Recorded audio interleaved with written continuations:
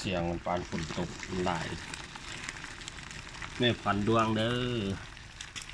สร้างช่วงนี้พอดีปีใหม่ได้เก็บกินดวงเพราะว่าอยู่อนุมัน30 ปลายมือก็ได้กินดวงแล้ว30 มือซ้ำนะเพราะว่าดวงมันแม่พันตัวใหญ่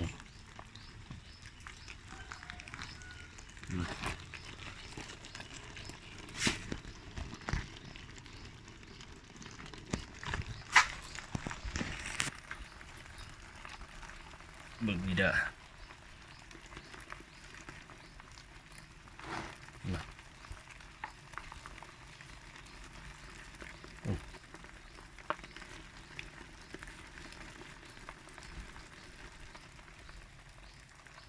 กินเปลือกพร้าวกินกล้วยเลี้ยงไว้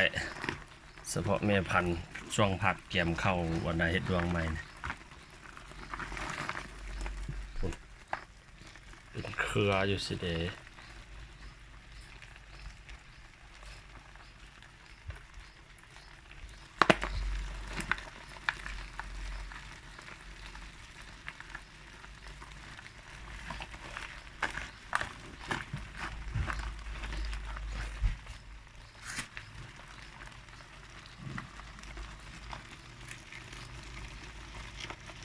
ไว้เบิดอันนี้